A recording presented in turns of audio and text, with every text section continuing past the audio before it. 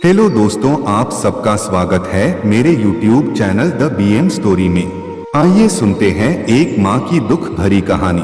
विमल बहुत परेशान था। उसे समझ में नहीं आ रहा था कि वो इस परिस्थिति से कैसे निपटे। वो अपनी माँ को बहुत चाहता था, किंतु उसकी पत्नी और बच्चे उसकी माँ से बहुत दूर भागते थे, क्योंकि उसकी माँ की एक आंख नहीं थी, साथ ही उसकी कमर भी 90 अंश पर झुकी थी। वैसे वह अपना काम सब खुद कर लेती है, किंतु फिर भी वो उसकी पत्नी और बच्चों के लिए हमेशा खटकती है। दादी, आप ऊपर के कमरे में जाओ, मेरे दोस्त आ रहे हैं, विमल के बेटे अखिल ने बड़े बेरुखी से कहा। पर बेटा, मैं तो यहाँ बहुत दूर बैठी हूँ, विमल की माँ ने बहुत प्यार से कहा। नहीं, आप उनके सामने मत रहो, वो मुझे चिढ़ाते हैं, अखिल ने जोर से डांटते हुए कहा। क्या हुआ अखिल, क्यों चिल्ला रहे हो? विमल की पत्नी कामनी ने किचन से ही आवाज लगाई। देखो न माँ, ये दादी यही ड्राइंग रूम में बैठी हैं और मेरे दोस्त आ रहे हैं, अखिल ने शिकायत भरे लहजे में कहा। माँ जी, आप ऊपर चली जाओ, क्यों हम लोगों को लजवाती हो? कामनी ने बेटे का पक्ष लेते हुए कहा। बेचारी सरस्वती चुपचाप उठकर जीने के सहारे ऊपर जाने लगी। कमर झुकी होने के कारण उन्हें ऊपर चढ़ने में बहुत परेशानी हो रही थी, किंतु वो पूरी ताकत से ऊपर के एक अकेले कोने वाले कमरे में जाकर बैठ गई। विमल बाजू के कमरे से सब सुन रहा था। उसे कष्ट हो रहा था कि उसकी माँ को अपमानित होना पड़ रहा है, किंतु वो असहाय था। अगर वो कुछ कहता है तो पत्नी और बच्चे उसका विरोध करने लगते हैं, दूसरे उनके तर्क भी सही लगते हैं। चूंकि वो एक प्रशासनिक अधिकारी था, उसका सामाजिक स्तर बहुत ऊंचा था, उसकी ससुराल भी एक उच्च घराने में थी, अतः वह चुपचाप इस तरह हर दिन अपनी माँ को अपमानित होते देखता रहता था। रात को विमल की पत्नी ने कहा, देखो जी, अब कुछ करो।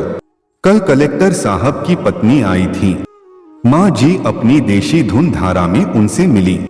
मुझे बहुत शर्म आ रही थी बताते हुए कि ये मेरी सास हैं। मैंने कह दिया कि दूर की रिश्तेदार हैं, इलाज कराने आई हैं। विमल को रोना आ गया, किंतु फिर भी वह चुप रहा। उसे समझ में नहीं आ रहा था कि वो क्या करे। अपने बेटे की मन स्थिति को सरस्वती अच्छी तरह से जानती थी और बेटे को कोई कष्ट न हो इसलिए वो हर बात को चुपचाप सह लेती थी। विमल बहुत उदास रहने लगा। एक तरफ परिवार और सामाजिक स्तर पर जीने की प्रतिबद्धता थी, तो दूसरी ओर माँ। आखिर माँ से अपने बेटे की यह हालत नहीं देखी गई। एक दिन उसने अपने बेटे से कहा, विमल, बहुत दिन हो गए हैं, मैं अपने गांव जाना चाहती हूँ, मुझे वहां पहुंचा दो, मेरा यहाँ मन नहीं ला रहा। किंतु माँ, वहां तो कोई नहीं है, तुम्हारी देखभाल कौन करेगा? विमल ने आश्चर्य से पूछा। अरे, सब गांव वाले तो हैं और वो तुम्हारे मामा जी तो उसी गांव में रहते हैं, और फिर हम सारी व्यवस्थाएं कर आएंगे न। कामनी को तो जैसे मन की मुराद मिल गई हो। हाँ बेटा, बहू सही कह रही है, सरस्वती ने लंबी सांस लेते हुए कहा। विमल जानता था कि गांव में मां की देखभाल करने वाला कोई नहीं है, लेकिन अपनी पत्नी की जिद के कारण वह अपनी मां को गांव छोड़ने पर विवश हो गया।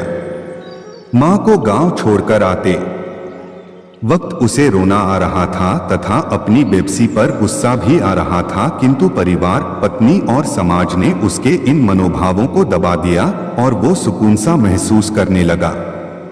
कुछ दिनों के बाद उसके चाचा, जो अमेरिका में रहते थे, आने वाले थे।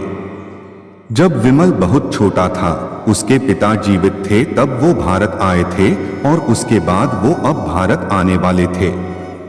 पूरा परिवार और आस पड़ोस बहुत उत्साहित था। अमेरिका से विमल के डॉक्टर चाचा आ रहे थे। रमेश ने जैसे ही घर में कदम रखा, सबने मिलकर बहुत उत्साह से उनका स्वागत किया। क्यों विमल भाभी नहीं दिख रही, कहाँ हैं? रमेश ने उत्सुकतापूर्वक पूछा। जी, वो गांव में रहती हैं, यहाँ उनका मन नहीं लगा, कामनी ने सपाट लहजे में उत्तर दिया। डॉक्टर रमेश ने विमल की ओर देखा तो विमल ने अपनी आंखें झुका ली। रमेश सब समझ गए। बोले, कल हम भाभी से मिलने गांव चलेंगे सब लोग। दूसरे दिन सभी लोग गांव के घर में पहुंचे। देखा कि सरस्वती को बहुत तेज बुखार है और वो पलंग पर असहाय पड़ी है। रमेश दौड़कर सरस्वती के पास गए। उनके पैर छूकर रोने लगे। सरस्वती की ये हालत उनकी कल्पना से परे थी। वाह बेटा विमल, तूने तो नाम उजागर कर दिया। अपनी मां की ये हालत देखकर तुझे तो शर्म भी नहीं आ रही होगी। रमेश ने विमल को लगभग डांटते हुए कहा, नहीं देवर जी, विमल का कोई दोष नहीं है, मैं खुद गांव आई थी। सरस्वती ने अपने बेटे का बचाव किया। मुझे सब पता चल गया। भाभी आप चुप रहो। क्यों बहू, तुम्हें अपनी सास की कुरूपता पसंद नहीं है? समाज में तुम्हें नीचा देखना पड़ता है ना? रमेश ने कामनी की ओर व्यंग्य से देखा। कामनी निरुत्तर होकर विमल को देखने लगी। आज तुम जिस सामाजिक स्तर पर हो वो इन्हीं के संघर्षों की देन है।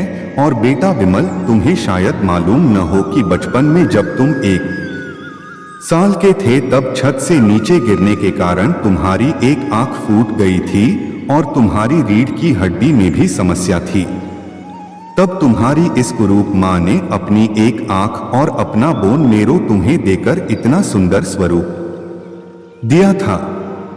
कामनी बेटा, इतने सालों तक संघर्ष करके बेटे को प्रशासनिक अधिकारी बनाने वाली इस संघर्षशील औरत की तुम लोगों ने यह दशा कर दी। तुम्हें ईश्वर कभी माफ नहीं करेगा। रमेश की आंखों से अश्रु जलधारा बह रही थी। अब भाभी आप मेरे साथ अमेरिका जाएंगी, यहां इन स्वार्थी लोगों के बीच नहीं रहेंगी, डॉक्टर रमेश ने सरस्वती से कहा। रमेश जो उसके चाचा थे, उन्होंने जो राज बताया उसके बाद तो विमल को यही लग रहा था कि उससे ज्यादा पापी इंसान इस दुनिया में कोई और है ही नहीं। वह दौड़ता गया और मां सरस्वती के कदमों से लिपट गया। मां, मेरा अपराध अक्षम्य है। मैं जानबूझकर चुप्पी साधे रहा, आपका अपमान करवाता रहा। अब सिर्फ आप ही उस घर में मेरे साथ रहेंगी और कोई नहीं। विमल ने आग्नेय दृष्टि से अपनी पत्नी और बच्चों को देखा। कामनी को भी बहुत पश्चाताप हो रहा था, किंतु उसकी हिम्मत नहीं हो रही थी कि वो सरस्वती से आंख मिलाए। सरस्वती ने कामनी की मन स्थिति को समझकर उसको पुचकारते हुए अपने पास बुलाया और विमल को डांटते हुए कहा, खबरदार, जो मेरी बहू को मुझसे अलग करने की कोशिश की तो तुझे ही घर से बाहर निकाल दूंगी। कामनी और बच्चों ने सरस्वती के पैर पड़ते हुए अपने व्यवहार पर माफी मांगी और मां के हृदय ने सबको माफ कर दिया। दोस्तों, इस मां की दुख भरी कहानी आपको अच्छी लगी तो एक मां के बारे में कमेंट जरूर कीजिएगा और चैनल में नए हो तो चैनल को प्लीज सब्सक्राइब कर दीजिएगा।